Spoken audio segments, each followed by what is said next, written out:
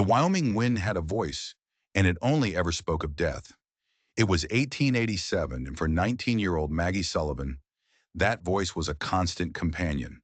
For 3 weeks, she'd been walking, one foot in front of the other, through a world baked to the color of rust and old bone. The drought had killed the grass, cholera had killed her parents, and the bank had killed her home. Now there was nothing left but the walking. Her stomach was a tight, angry knot. Her water was gone. The rabbit she'd tried to snare yesterday had escaped, a flash of white fur mocking her trembling, clumsy hands. She was just a girl, alone, with nothing but a tattered calico dress and the ghost that followed her across the cracked earth. As the sun began to bleed across the horizon, she heard it, a sound so out of place in this dead world it felt like a dream. The lowing of cattle. Where there were cattle, there were people. Where there were people, there was water, food, a chance to live another day. But there was also danger. She'd heard the stories about ranches like this, about rough men who'd gone too long without seeing a woman. She knew what they might expect, what they might demand. She reached into her pocket and pulled out a small faded blue ribbon, her mother's wedding ribbon, a symbol of everything she was supposed to be: good, pure, respectable. She held it tight in her fist. Virtue didn't fill an empty belly. Virtue didn't stop the coyotes from circling. "Forgive me, Ma," she whispered to the empty air, "but I want to live." Tucking the ribbon away, she started down the long hill toward the cluster of buildings that looked like paradise to her starving eyes. She had a plan, a desperate, shameful plan. She would trade the only things she had left for a meal and a safe place to sleep. She was ready to make a bargain that would have broken her parents' hearts. But they were gone, and she was here. And she had no idea she was walking toward a place far more dangerous than she could ever imagine. The ranch was bigger than she thought, and as she got closer, a strange feeling washed over her. It was too quiet. The cattle she'd heard were nowhere in sight. No men were working in the corrals. It felt empty, abandoned. Then the sky began to change. The clear blue bled into a sickly yellow-brown. A dust storm, a monster of dirt and wind was rolling in from the west, a churning wall that was eating the horizon. Panic seized her. She started to run, a clumsy, stumbling gait that was all her weak legs could manage. The world disappeared. The ranch vanished behind a curtain of brown dust. Her foot caught in a hole, and she went down hard, face first in the dirt. The wind knocked from her lungs. This was it. This was how she would die, buried alive by the very land she was trying to conquer. She crawled, blind, her hands raw, her lungs on fire. She was giving up, letting the storm take her, when her hand hit something solid. A fence post. Hope surged through her. She pulled herself up, following the fence line by touch alone, each step a battle. Her strength was gone. Her vision was black. She was falling, slipping into darkness, when strong hands grabbed her. She was dragged through a doorway, and the roar of the storm was suddenly muffled. She collapsed on a dirt floor, gasping, coughing up mud. When her vision cleared, she was in a bunkhouse, surrounded by 6 men. They were exactly as she'd feared, weathered, hard-eyed, their faces etched with loneliness and suspicion. "Jesus Christ," one of them muttered. "Where'd she come from?" Another one, a young man with sandy hair and a cruel grin, stepped closer. "Well now, ain't you a pretty little thing under all that dust?" His name was Billy, and his eyes made her skin crawl. "Shut your mouth, Billy," a grizzled, bearded man named Jake snapped. But even his gaze was appraising, calculating. "I can work," Maggie croaked, her throat raw. "I can cook, clean." A man with a scar across his cheek laughed. "Seems to me a girl your age might have other things to trade." The implication hung in the air, thick and suffocating. This was the moment she'd prepared for. But seeing their faces, hearing their words, she felt a cold dread that had nothing to do with hunger. Billy stepped forward, his intentions clear. "Come on, sweetheart. We ain't seen a woman in months. You play nice, we'll feed you real good." "I said shut it!" Jake's voice was like a whip crack. "Nobody's touching nobody without the bosses say so. You know the rules. Henderson ain't gonna care about some stray." Billy spat back. Henderson might care more than you think. A new voice cut through the tension. A man stood silhouetted in the doorway. He was tall and lean, and he moved with a quiet authority that made the other men step back. He stepped into the light, and Maggie got her first good look at him. He was maybe 35, with dark hair and striking gray eyes that seemed to see right through her. His name, she would learn, was Garrison. He was the foreman. And when he looked at her, it wasn't with lust or suspicion. It was with a shocking, impossible flicker of recognition. Garrison's eyes locked on her, and for a terrifying second, Maggie was sure he knew her. Knew who she was, where she'd come from. But the look vanished as quickly as it came, replaced by a cool professional mask. "When's the last time you ate, Miss Sullivan?" he asked, his voice calm and measured. The simple courtesy of being called Miss almost broke her. "3 days," she admitted. "Maybe 4. He nodded, then dismissed the other men with a quiet authority they didn't dare challenge. Jake was sent to fetch food, and soon Maggie was staring at a plate of cold beans and cornbread that looked like a king's feast. She ate like a starving animal, barely breathing, aware of Garrison watching her with his unreadable gray eyes. "This ranch doesn't have much need for house help," he said when she was done. Her heart sank. "But Mr. Henderson, the owner, he might see things different. His wife passed last winter. He's been talking about getting someone for the main house." It was a sliver of hope, a chance she hadn't dared to dream of. "I can cook," she said quickly. "My mother taught me everything." Garrison led her through the raging storm to the main house, a solid 2-story structure of timber and stone. He showed her to a small storage room off the kitchen. "It's not much," he said, "but it's better than the bunkhouse." Before he left, he turned to her, his expression serious. "A word of advice. Some of these men are not bad sorts, but loneliness can make a man forget his manners. If anyone gives you trouble, you come find me or Henderson immediately. Understood?" She nodded, a fresh wave of fear mixing with her relief. She was safe for now, but Garrison's warning made it clear this was a temporary peace.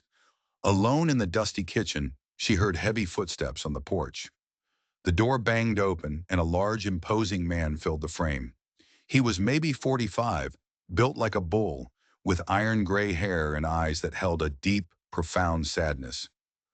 "Who are you?" he boomed. "And what are you doing in my house?" This was James Henderson, the boss, the man who held her fate in his hands. Maggie explained herself, her voice trembling. Henderson listened, his face a grim mask. He looked her up and down, taking in her tattered dress and desperate eyes. "Garrison's too soft-hearted," he grumbled. "We're not running a charity." Just as she was about to be cast back out into the storm, something in his expression shifted. "Good Lord, girl, you look half-starved." He moved to the stove with a surprising gentleness for such a large man. "Sit, I'll heat something proper." He warmed a pot of stew, the movements practiced, speaking of months spent cooking for himself. "Martha," he said, his voice thick with grief, "would box my ears if she knew I let a hungry woman make do with cold beans." He served her the stew, real beef and potatoes, and watched her eat. He asked about her family, his face betraying no surprise at the common tragedy of cholera and banks. "I run this ranch with 8 hands," he said finally. "It's hard living, but I have one rule. Women are treated with respect. Anyone who forgets that answers to me." He offered her a job, housekeeper and cook, $1 a day plus room and board. It was more than she could have ever hoped for. "We'll start with a trial," he said. "1 week. If it works out, you stay." He stood to leave, then paused at the door, his gaze hard. "I meant what I said about my rules, but rules only work if they're followed. You have any trouble? You come to me or Garrison. Don't try to handle it yourself." With that, he was gone, his heavy footsteps echoing on the stairs. Maggie sat alone in the quiet kitchen, the storm outside beginning to die down. She had a job, a roof over her head, but she couldn't shake the feeling that things weren't as they seemed. Henderson's grief felt like a heavy shroud over the entire house. Garrison's strange look of recognition still bothered her. And the rules. Why did a simple ranch need such strict, repeated warnings about how to treat a woman? There was a story here, a dark one, and she had just walked into the middle of it. The next morning, Maggie was up before the bell, determined to prove her worth. By the time the hands stomped in for breakfast, she had hot coffee brewing, biscuits rising in the oven, and bacon sizzling in the pan. The men were stunned into silence, then into grunts of appreciation. A hot meal, properly cooked, was a luxury they hadn't had in months. Henderson watched her, a flicker of approval in his tired eyes. He'd put Billy on notice in front of everyone. Miss Sullivan is our housekeeper, not entertainment. Any man who forgets his manners forgets his place on this ranch. The threat was clear. Later, Henderson took her out on the porch. He told her about the ranch, how he and his wife, Martha, had built it from nothing. She made it a home, he said, his voice raw. I just made it profitable. He then made her an offer that stunned her. There's a trunk in the attic. Martha's things. You're about her size. Take what you need. No sense wearing rags when there's good clothing going to waste. The unexpected kindness brought tears to her eyes. But as he walked away, she couldn't help but wonder about the woman whose clothes she would now be wearing. Who was Martha? And what had really happened to her? The men said she died last winter, but no one ever said how. Later, as she sorted through the dresses in the attic, simple, practical clothes that smelled faintly of lavender, she heard voices from the yard below. It was Billy talking to another hand. Don't see why Henderson's making such a fuss, Billy complained. She's just hired help. A girl like that, half-starved, she'd be grateful for any attention. The other man's reply was chilling. You're a fool, boy. Henderson's been half crazy since Martha died. You mess with this girl, and he'll kill you, just like he killed the last man who disrespected his wife. Maggie froze, clutching one of Martha's dresses to her chest. Killed? The word echoed in the dusty attic. Henderson, the grieving widower, the man who had shown her such kindness. Was he a murderer? Maggie's world tilted. The story didn't make sense. If Henderson was a killer, why would he be so insistent on protecting her? The other hand's words replayed in her mind. The last man who disrespected his wife. It was a warning, not an accusation. Maybe Henderson wasn't a murderer, but a man with a dangerous temper, a man pushed to the edge by grief. She pushed the thought away and focused on her work. She scrubbed the kitchen, organized the pantry, and prepared a supper that had the men groaning with pleasure. Henderson ate quietly, but she saw him looking around the clean, orderly space with a kind of wonder. I'd forgotten, he murmured, what it was like when things were cared for. That night, she wedged a chair under her doorknob. She was grateful for the job, for the food, but the ranch no longer felt like a simple haven. It was a place of secrets. Garrison, who watched her with an intensity she couldn't decipher. The ghost of Martha, whose presence was in every room, in the clothes Maggie now wore. And Henderson, a man of kindness and sorrow, who might also be capable of deadly violence. Over the next 2 weeks, a routine settled in. Maggie worked from dawn until dusk, slowly bringing the house back to life. She revived Martha's neglected garden, coaxing vegetables from the dry soil. Henderson often found her there in the mornings, and they would talk. He told her more about Martha, how she loved the garden but never truly took to the harshness of ranch life. One morning, he found her wrestling with a stubborn weed. You remind me of her sometimes, he said quietly. Not in looks, but in the care you take with things. Then his voice sharpened. Has anyone been bothering you? She hesitated. Billy had been relentlessly friendly, cornering her by the well, his words always skirting the edge of inappropriate. She tried to downplay it, but Henderson saw through her. I'll speak to him, he said, his face dark. Please don't, she pleaded. It will only make it worse. You promise me, he said, his eyes boring into hers. If he crosses a line, any line, you tell me immediately. That evening, the air grew thick and heavy. A storm was coming. Billy was sullen at dinner, shooting angry looks at both her and Henderson. After the meal, he cornered her by the water pump. Henderson warn you off me? He sneered, his breath sour with whiskey. Think you're too good for me now? Wearing his dead wife's clothes, keeping his bed warm at night? The accusation was vile, but it was his next words that struck her like a slap. You think he's some kind of saint? Ask him what happened to Martha. Ask him why no one from her family came to the funeral. Before she could respond, Garrison appeared, his presence enough to send Billy stalking away. Lock up tight tonight, Garrison warned her. A storm's coming in more ways than one. The storm hit near midnight, a furious assault of wind and rain. Over the thunder, Maggie heard a new sound, banging on the kitchen door. It was Billy, drunk and furious. Then she heard Henderson's voice roar through the storm. Get back to the bunkhouse, you drunken fool, or you'll be off my land come morning. Henderson knocked on her door a moment later, soaked to the skin, a shotgun in his hands. He'll be gone in the morning, he promised, his face grim. The incident, terrifying as it was, seemed to break some of the tension between them. He even managed a small smile. Life rarely goes how we imagine, he said. Martha used to say that. After he left, Maggie lay awake, the questions swirling in her mind. Billy was a threat, but he had also planted a seed of doubt. Why hadn't Martha's family come to her funeral? What secrets was this grieving husband hiding?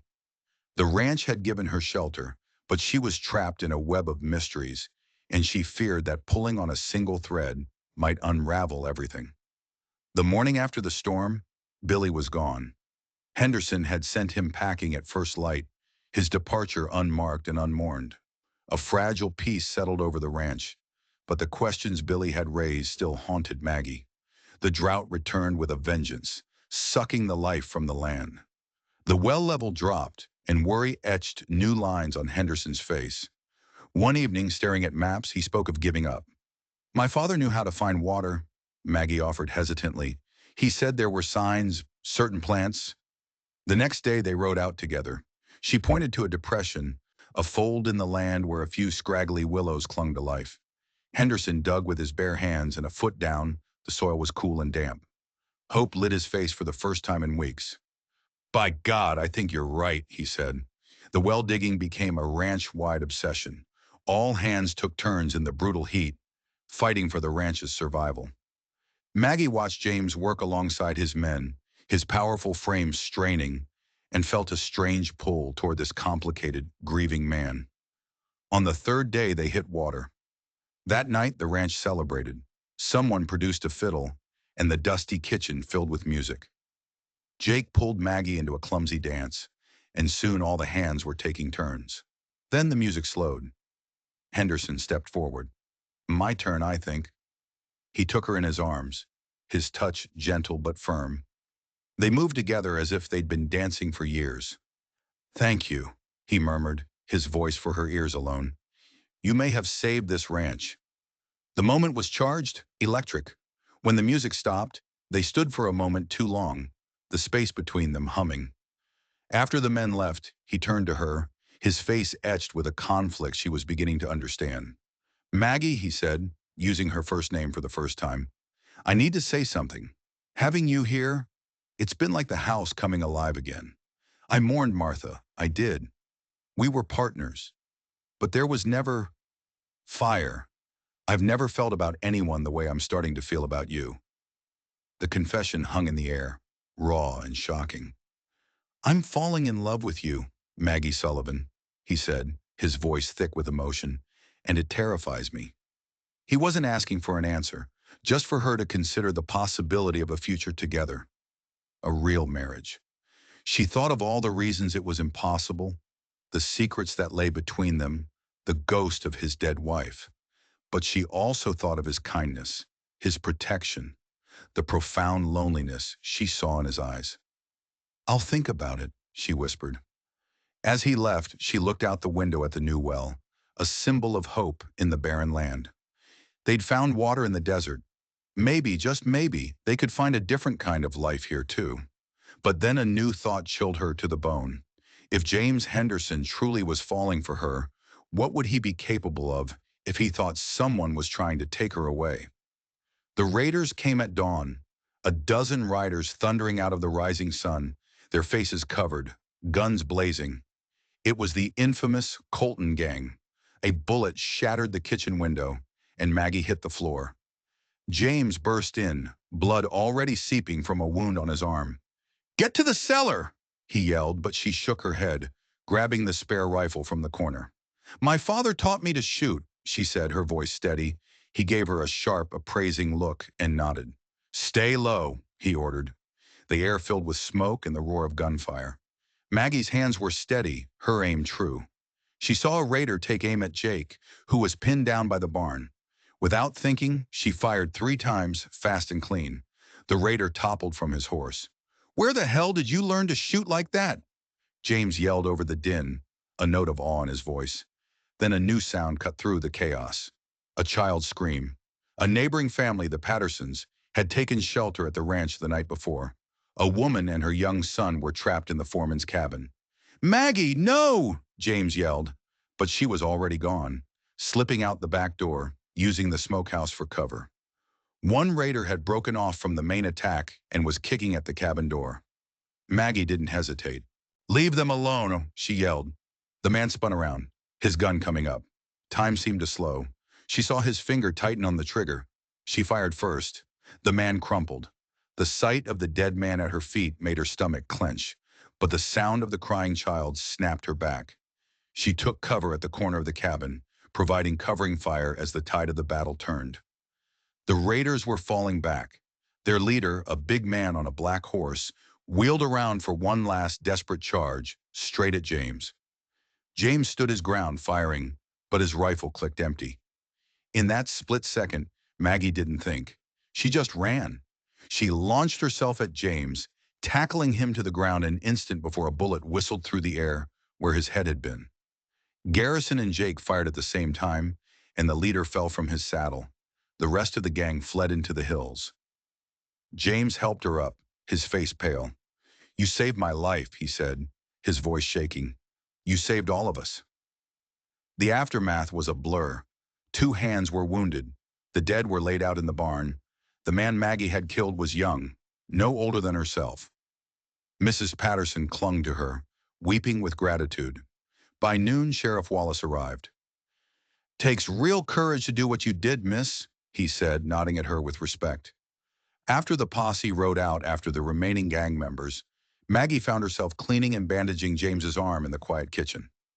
He caught her hand, his eyes burning with an intensity that stole her breath.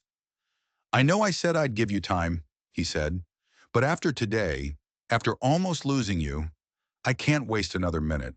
I love you, Margaret Sullivan. Marry me." The violence of the morning had stripped away all doubt. She had faced death, and the one thing she regretted was not telling this man how she felt. "Yes," she whispered. "Yes, I'll marry you." That evening, with the sheriff as a witness, Margaret Sullivan became Margaret Henderson. It was hasty, improper, and people would talk. But as James slipped his mother's ring on her finger, Maggie knew she was home. She had survived. But the greatest mystery remained. Who were the Colton gang, and why had they attacked with such fury? It felt like more than a simple raid. It felt personal, and she had a terrible feeling that by killing their leader, she hadn't ended the war. She had just fired the first shot in a new one. 2 weeks after the wedding, the rains came. A steady, life-giving downpour that soaked the parched earth and broke the long drought. The ranch bloomed, and with it, so did Maggie's new life. She was no longer just a housekeeper, she was a partner. She worked alongside James, her opinions valued, her presence a balm on the grief that had haunted the ranch. The neighboring ranchers were slow to accept her, but stories of her bravery during the raid had earned her a grudging respect. Then Sheriff Wallace rode in with stunning news. The posse had captured the rest of the Colton gang. "Turns out they weren't just common outlaws," the sheriff explained, accepting a cup of coffee. "The leader you shot, Mrs. Henderson, his name was Thomas Colton. He was Martha Henderson's brother." The coffee cup slipped from Maggie's fingers, shattering on the floor. Martha's brother? It didn't make sense. Why would a man lead a violent raid on his own sister's home? "He blamed James for her death," the sheriff said grimly. "Had some crazy idea that James killed her for her inheritance and made it look like an accident." The room was silent. James stood as still as a statue, his face pale. "Martha fell from her horse," he said, his voice a strained whisper. "It was a riding accident. The horse spooked." That's what the doctor ruled, Wallace agreed. But Colton wouldn't accept it. He'd been drinking hard ever since, gathering men, planning his revenge. The pieces started to click into place. Billy's strange questions about Martha's family, the intensity of the raid. It had all been about revenge, a revenge Maggie had inadvertently thwarted by killing the one man who believed James was a murderer. The sheriff had more news. There was a reward for the capture of the gang, and since Maggie's actions had led directly to it, the $500 reward was hers. The money was a fortune, enough to buy the neighboring Baxter place and secure their future. But all Maggie could think about was the dead man in the barn, the man who was her husband's brother-in-law. That night, as the rain drummed on the roof, a new tension settled between them. "Did you know?" she asked him quietly. "Did you know her brother blamed you?" James sighed, running a hand through his hair. "I knew he was angry. He made threats after the funeral. I never thought he'd go this far." He looked at her, his eyes full of a pain she was only just beginning to understand. Martha's fall, it wasn't a simple accident, Maggie. The horse was a new stallion, not fully broken. I told her not to ride him, but she was stubborn. We'd had a fight that morning. She rode out to clear her head. His voice broke. I found her. If I hadn't argued with her, if I'd just insisted she take her usual mare, it's my fault she's dead. The confession was heartbreaking. He wasn't a murderer. He was a man drowning in guilt. She went to him, holding him as he finally let go of the grief he'd held inside for so long. They had survived the raid, the drought, the secrets. They had a future, a chance to build something new. But what they didn't know was that the real threat wasn't from a vengeful brother. It was from someone much closer, someone who had watched everything unfold, patiently waiting. Someone who knew the truth about Martha's death was far more sinister than a simple accident. And that person was still on the ranch. Life settled into a new, hopeful rhythm.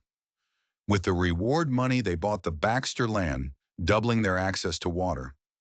Maggie started planning for a small schoolhouse for the children in the territory.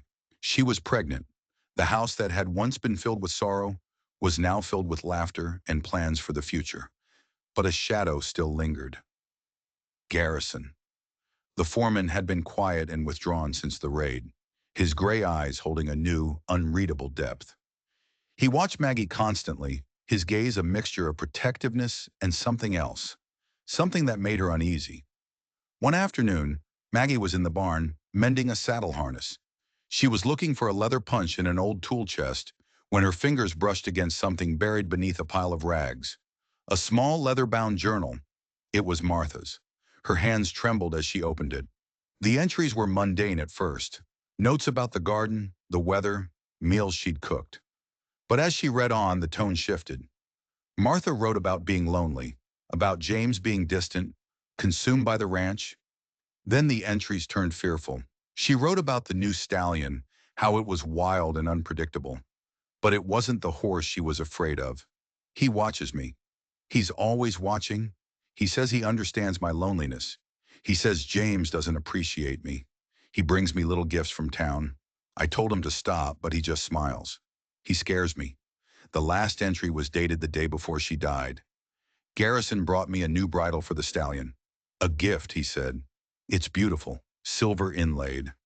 But there's something strange about the leather strap near the bit. It looks weakened, almost cut. I told James I didn't trust the horse, but we argued. He thinks I'm being foolish. I will ride him tomorrow just to prove I'm not afraid. But I am. The journal slipped from Maggie's hands. Garrison. He hadn't just watched Martha die. He had orchestrated it. He had sabotaged the bridal, knowing the wild stallion would do the rest. He had preyed on her loneliness, and when she rejected him, he killed her. He had let James live with the guilt, let her brother Thomas be consumed by a quest for a false revenge. He had played them all. She heard a noise behind her and spun around. Garrison stood in the doorway of the barn, his face a calm, placid mask. But his eyes, his cold gray eyes, told her everything. He knew she had found the journal. "You were never supposed to find that," he said, his voice soft, almost regretful. "Martha was a fool.